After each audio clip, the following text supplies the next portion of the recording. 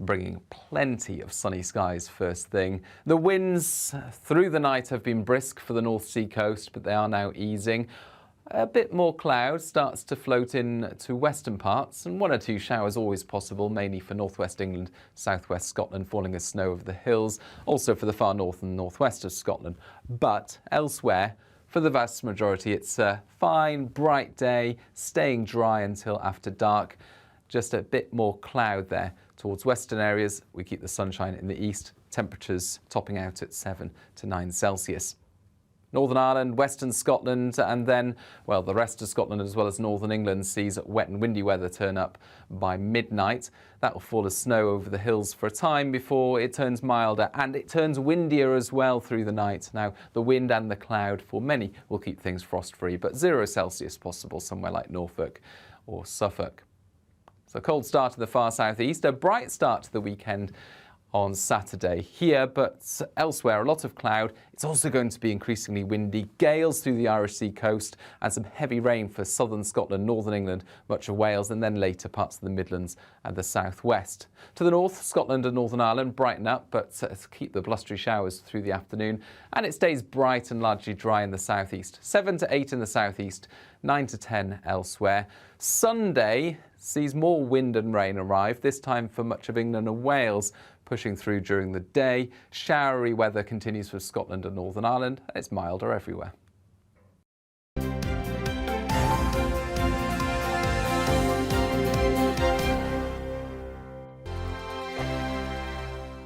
GB News is the UK's home of discussion and debate from all perspectives. To stay up to date on the latest stories, make sure that you subscribe to the GB News channel right here on YouTube. You can watch us live 24/7 across the whole world. You can also check out exclusive content and catch up on previous episodes of your favourite shows. Every day, we ask the questions that you'd ask, so why not add your voice to the conversation in the comments section? Don't forget to subscribe. We are GB News, Britain's news channel.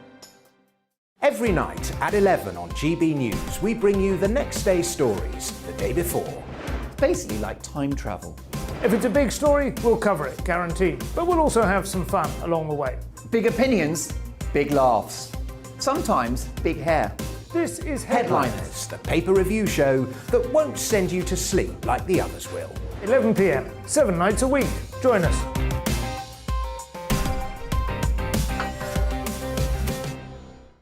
Hello there, I'm Eamon Holmes. And I'm Isabel Webster.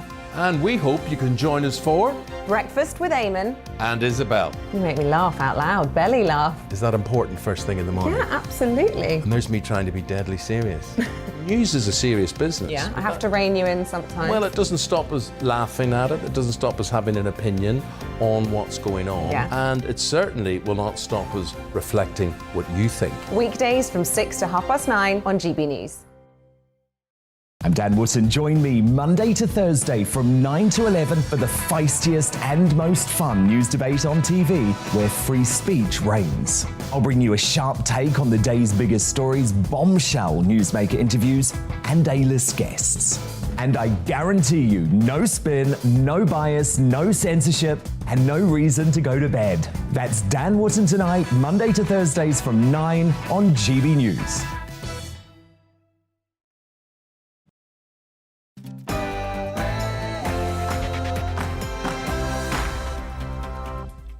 A very good morning to you. It's 9:30 and this is The Briefing with me, Tom Harwood, on your TV and on your radio. Now, Westminster may be in recess, but the politics continues. Today we'll be talking with insiders and experts about the resignation of Cressida Dick, what people really think about Boris and Sir Keir, China's influence on our politics, and even nuclear fusion. All that and so much more to come, but first it's your morning headlines.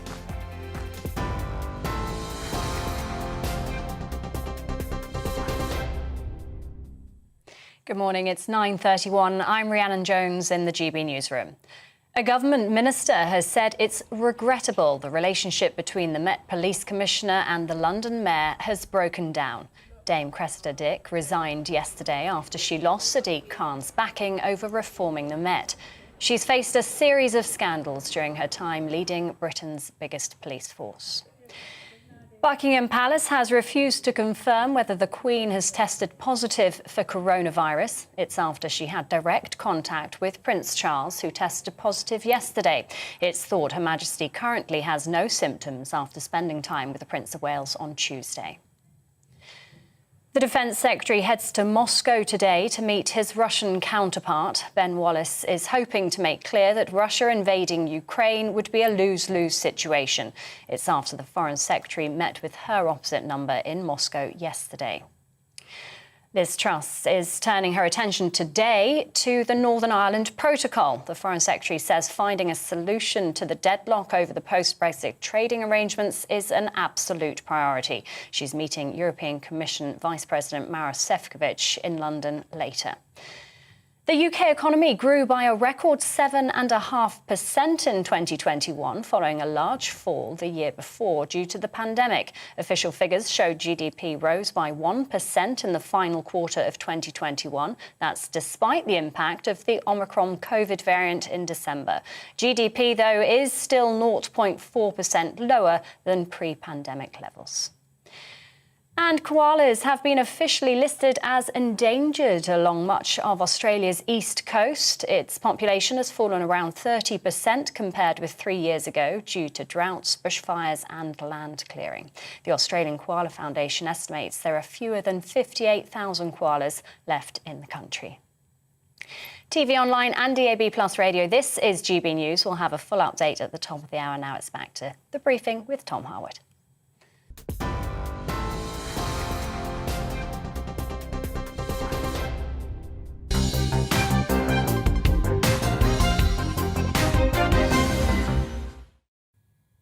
Good morning, it's 9:33 and this is The Briefing with me, Tom Harwood, on your TV and on your radio. Now, leading the programme today, Cressida Dick has resigned. The embattled Metropolitan Police Commissioner said she had no choice after Sadiq Khan stated he had no confidence in her leadership. It follows, of course, a series of scandals, from the handling of the Sarah Everard case to the police watchdog finding misogyny, discrimination and sex harassment among some Met PCs just last week. Her successor will be appointed by the Home Secretary in consultation with the Mayor of London. Now, will they be able to agree? And more fundamentally, will anyone want the job? Well, joining me now to discuss this all is Susan Hall, the chairman of the Police and Crime Committee on the London Assembly. Very good morning to you. Thank you for joining us. I know you're having a busy morning. First of all, why did it come to this? In the morning yesterday, Cressida Dick said she saw no reason to resign, and by the afternoon, she was out. I know. I mean, hasn't Sadiq Khan handled this so badly? And one of your comments before is, who next and who would want it? Well, we must remember we're now headless on the Metropolitan Police Service, which isn't going to do any of us any good. And anybody else that wants to come in will think, well, will he be treated so badly, or she, by Sadiq Khan, the mayor? It's interesting to see that there are a few weeks that she has agreed to stay on. In your view, is that not enough time to find a replacement? I don't know how many people would be putting in for it. I think it's a great shame. He should have dealt with it in a much better way. I mean, if he had so many concerns, surely then I would question why he extended her contract. But he should have raised these concerns earlier and worked with her to look to see how they could make some difference. I mean, confidence in the police is the lowest ever under Sadiq Khan. Last year, we saw more teenage murders than ever before. We mustn't forget that he is the Police and Crime Commissioner, so must hold some responsibility for this.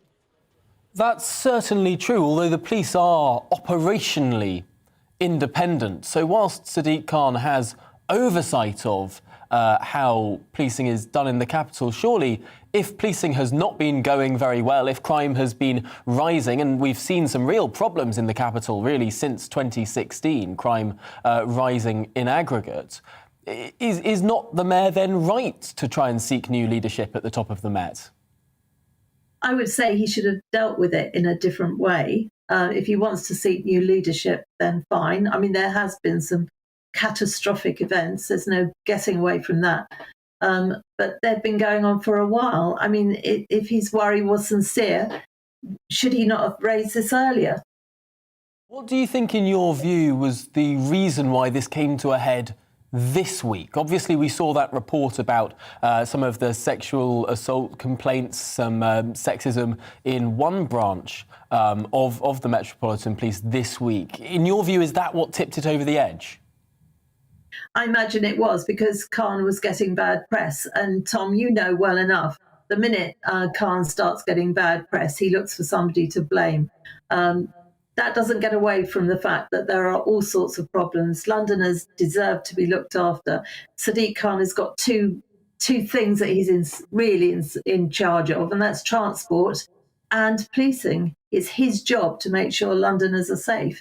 And if he had issues or concerns, he should have raised them earlier than he has now. And the way he's dealt with her, putting her on notice, he should have spoken to her behind closed doors, in my view. She is a well-loved, respected officer. She's given 40 years of her life to the service.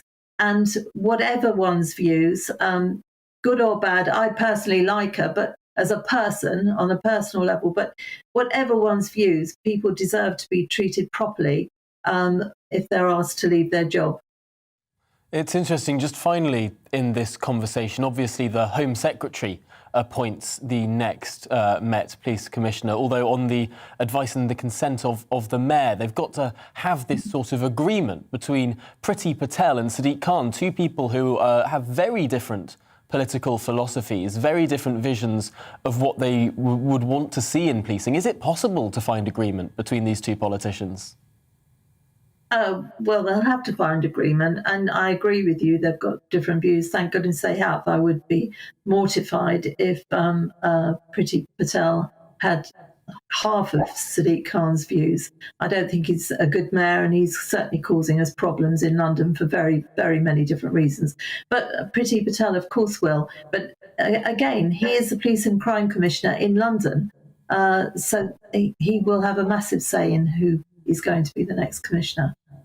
Well, Susan Hall, Chairman of the Police and Crime Committee on the London Assembly, thank you very much for joining us this morning. It's an important story that, of course, affects millions of Brits. Now, we all too often look at Westminster through the distorting prism of lobby journalism and bubble intrigue. But what does the real country think about it all?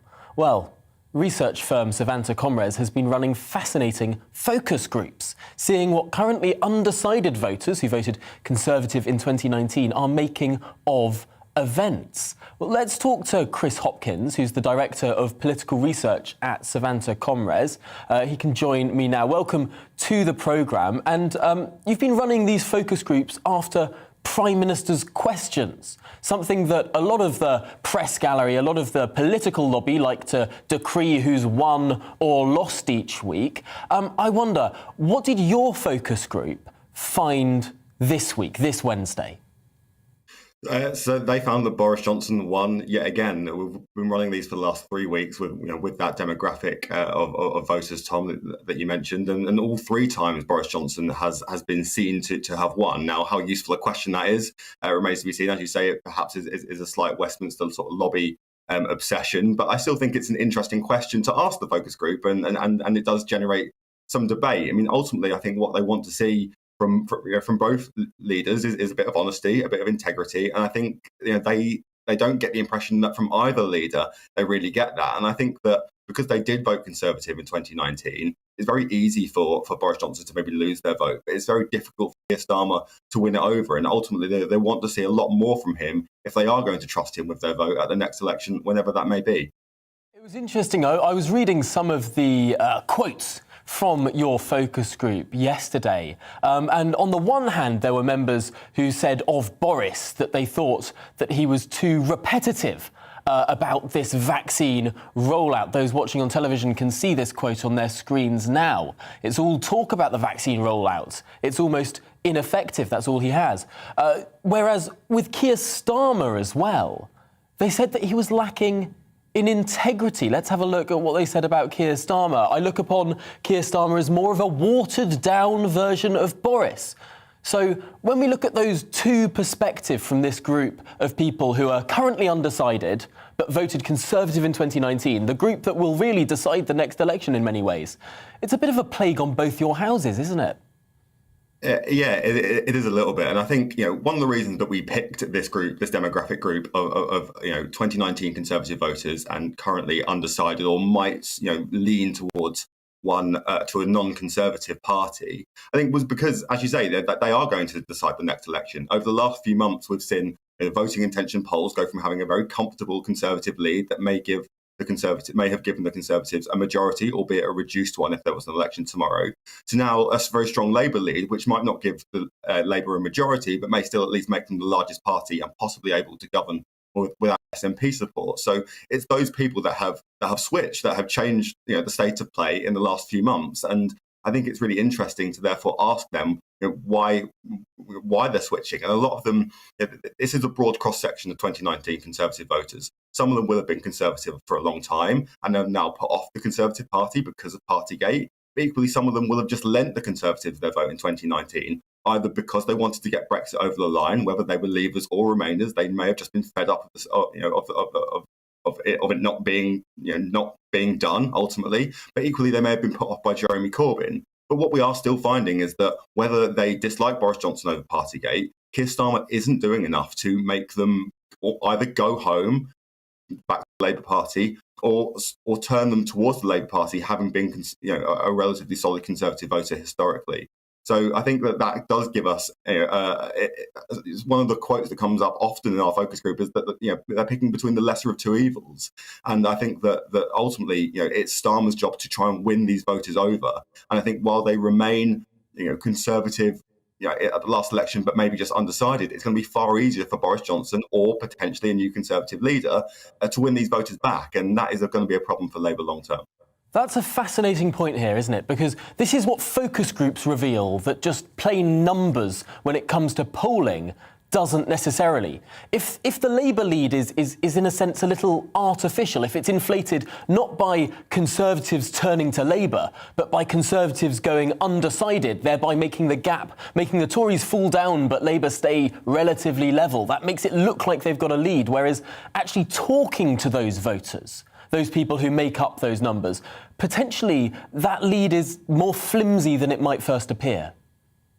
Yeah, absolutely, Tom. And then, that is the statistical kind of anomaly that we are dealing with at the moment. That's not to say that we aren't seeing more Conservative 2019ers going to Labour than they were a few months ago. But still, there are more Conservative 2019ers that are undecided now than going to the Labour Party. And it is that group, ultimately, that is far easier long-term for the Conservatives to try and win back.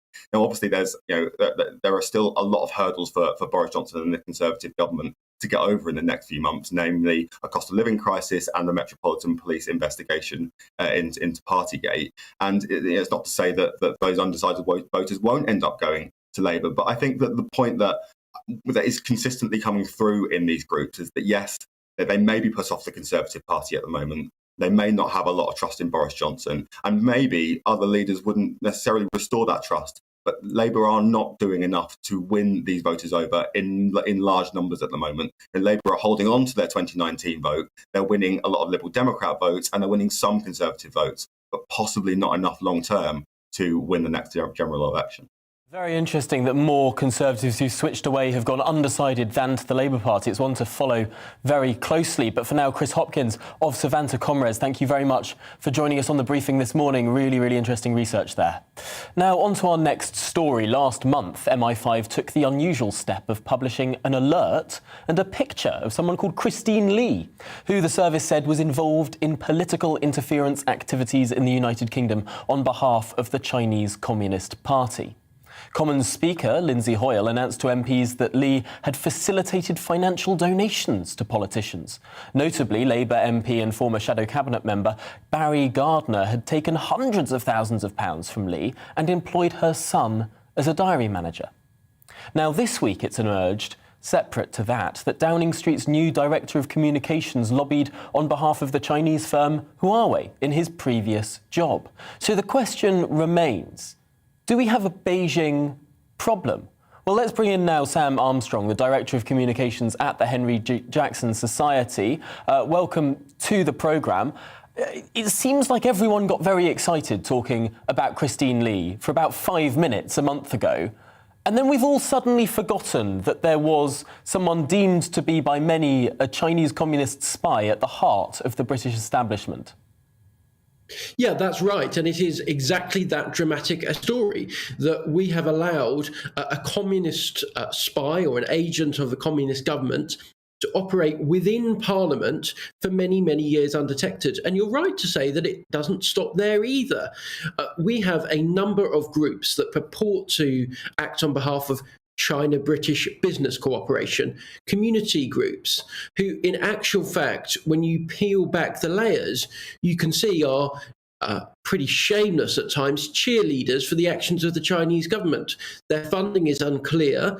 They've often got very close links to the state there, and it makes you question exactly who is influencing the British government in its China policy that has been a lot weaker than many of our allies. And is that influence changing our policy, and is it going to continue to do so? Has the UK's China policy been weaker? However, of course, we excluded Huawei from our 5G infrastructure system. We have been revisiting who's investing in nuclear power plants, for example. Compared to, for example, Canada or New Zealand, it seems that we've been a little stronger, have we not? Well, there's no doubt that New Zealand has been the weakest of the Five Eyes. Some in security circles have taken to calling it the quote-unquote lazy eye. But compared to our allies in Australia and the US, who would have never even countenanced the idea of allowing CGN, the Chinese nuclear firm, to operate in their nuclear facilities. In fact, in the US, they charged and convicted people with spying on behalf of CGN.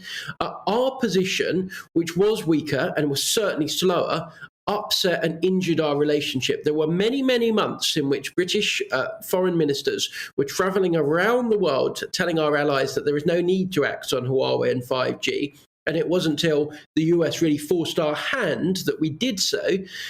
And that has had a lasting damage. And you've got to question, why would we do that? Why would we put ourselves out on our limb with our closest allies in order to placate a regime many, many miles away? Well, part of the answer, of course, is our trading links, and part of the answer is our economic mix. But there are many, myself included, who ask, well, isn't it some of this very, very effective lobbying that goes on as well?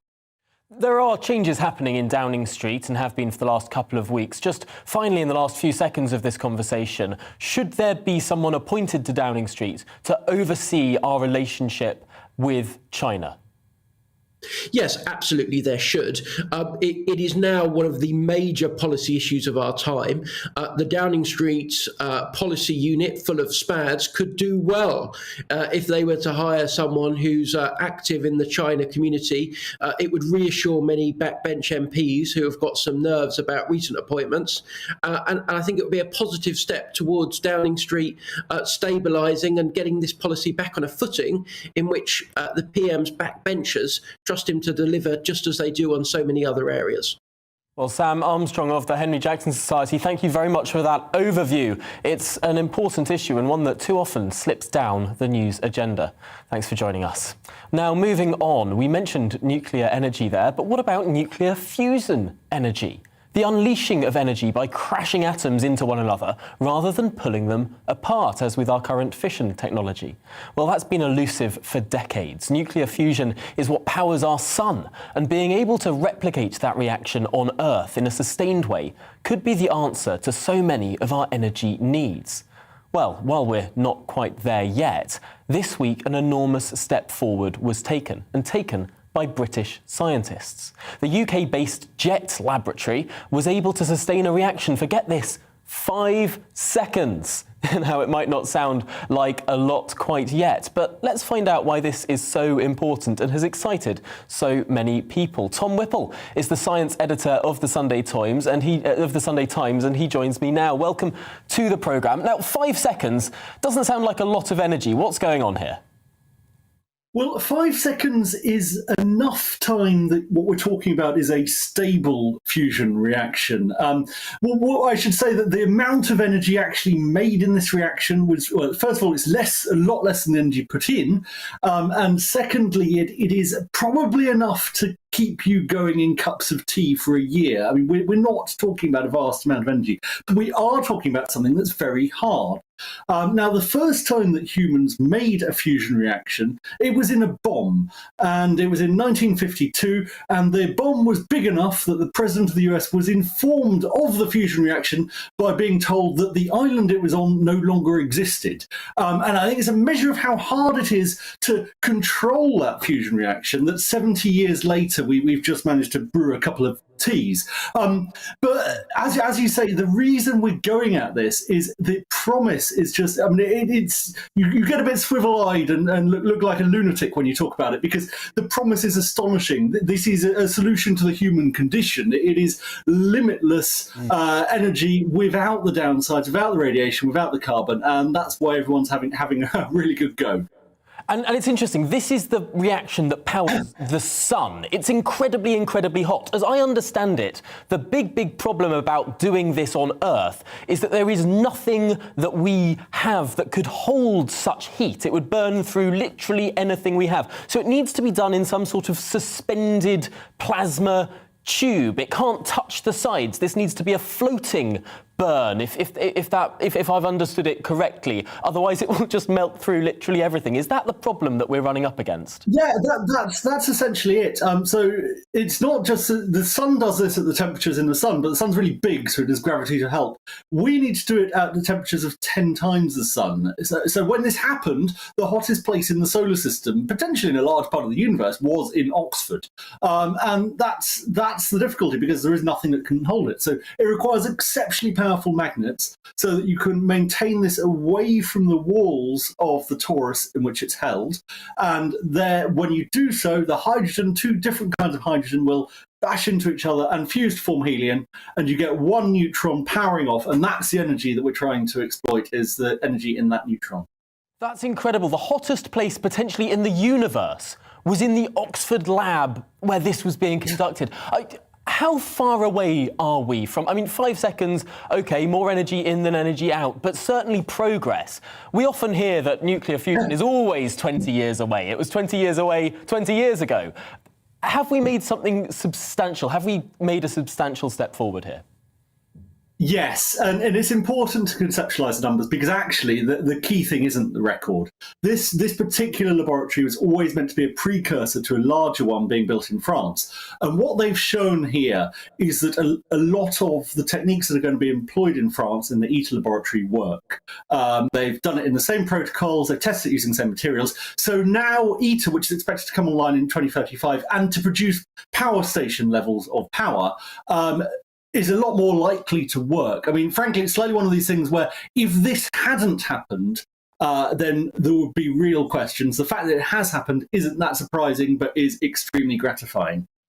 Well, this is an incredibly, incredibly exciting thing, potentially not going to create the bountiful energy in the next 20 or 30 years, but maybe the second half of this century, we could be stopping having any discussions about the cost of energy at all.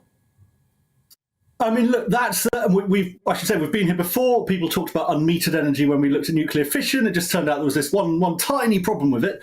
And so, yes, but I think most people you talk to, barring some amazing breakthrough in some of the private fusion that's also going on, are expecting 2050 to be when we start to see proper power stations.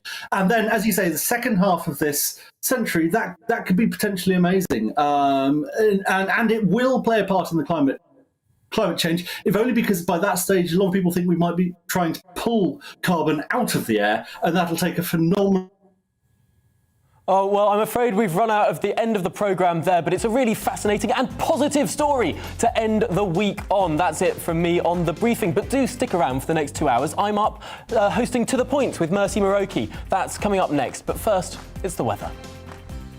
Hello, good morning. I'm Aidan McGiven. Cold out there this morning, a frosty start for the vast majority, but plenty of sunshine to compensate. And then a fine Friday for most of us ahead of these low pressure systems that are going to turn up for the weekend to bring wet and windy weather to many. But on Friday, a ridge of high pressure. For the rest of today, bringing plenty of sunny skies first thing. The winds through the night have been brisk for the North Sea coast, but they are now easing.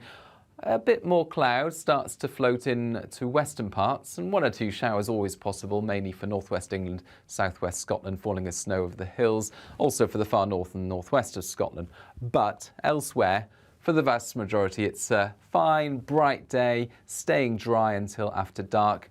Just a bit more cloud there. Towards western areas, we keep the sunshine in the east, temperatures topping out at 7 to 9 Celsius. Northern Ireland, western Scotland, and then, well, the rest of Scotland as well as northern England sees wet and windy weather turn up by midnight. That will fall as snow over the hills for a time before it turns milder, and it turns windier as well through the night. Now, the wind and the cloud for many will keep things frost-free, but 0 Celsius possible somewhere like Norfolk or Suffolk.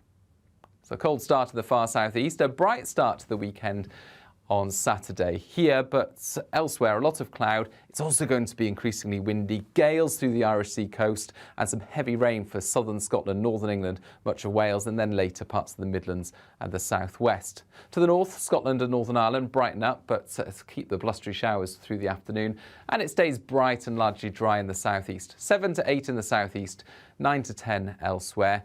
Sunday sees more wind and rain arrive, this time for much of England and Wales, pushing through during the day. Showery weather continues for Scotland and Northern Ireland. It's milder everywhere.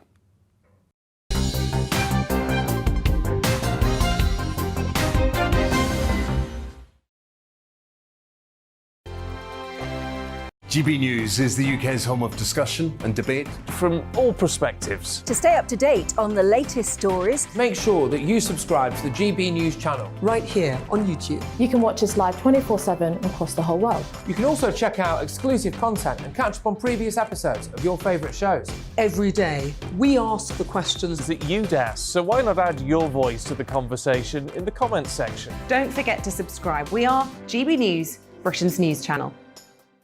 Every night at 11 on GB News, we bring you the next day's stories the day before. Basically like time travel. If it's a big story, we'll cover it, guaranteed. But we'll also have some fun along the way. Big opinions, big laughs. Sometimes big hair. This is Headliners, the paper review show that won't send you to sleep like the others will. 11 p.m, 7 nights a week. Join us.